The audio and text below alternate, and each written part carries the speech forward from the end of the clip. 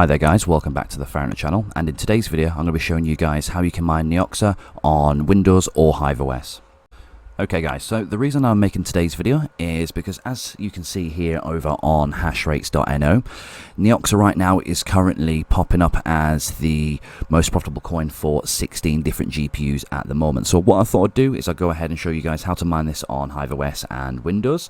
So as you can see here, for quite a few of the AMD GPUs that are out there at the moment, it is showing as the most profitable at the moment, depending on your power costs of course, as the most profitable coin to mine. Now Neoxa itself has had some really great market movement within the past few weeks, so it's definitely a great time for me to go ahead and show you guys exactly how you can go ahead and jump onto this network. So as you can see here, the AMD RX 6700 is at the top of the earning. Then you've also got the card that's also below that, and then you've got the 6600 as well. And if we take ourselves down a little bit further, maybe if I just use this option we've got right here, it can actually take us straight to the GPU. So a RX of 470 right now is currently kicking out around about 26 revenue and minus in $1.26 in the actual profit there. And then if we also go down a little bit further as well, the RTX 2070 is currently kicking out around about 49 cents after the profit.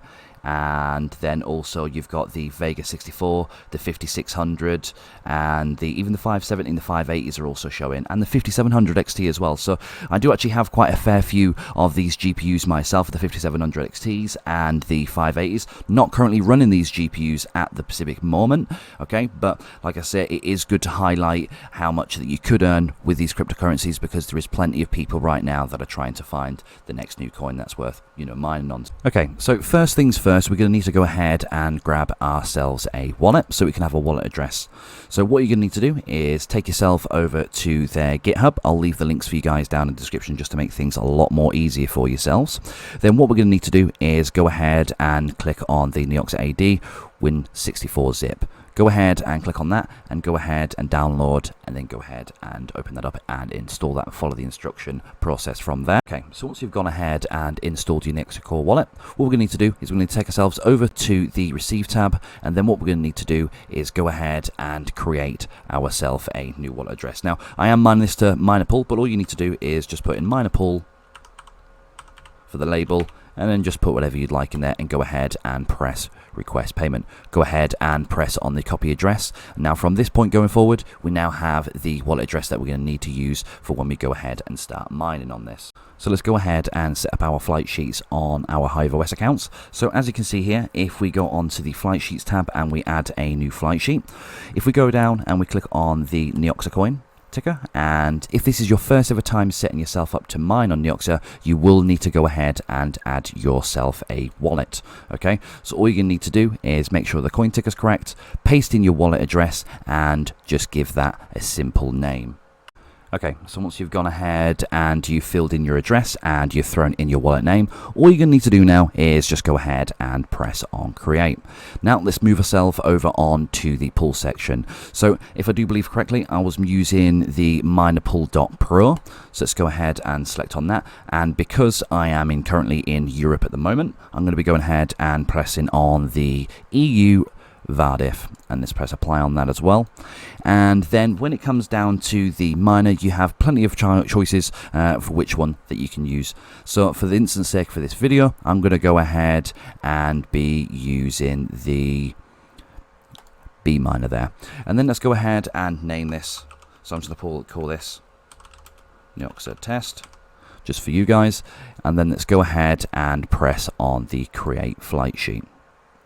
So once you've gone ahead and you've created this flight sheet, we're going to need to go ahead and actually run this flight sheet. So let's go ahead and select our worker from the top, take ourselves over to our flight sheet tab, and from there, all we need to do is just go ahead and press the rocket.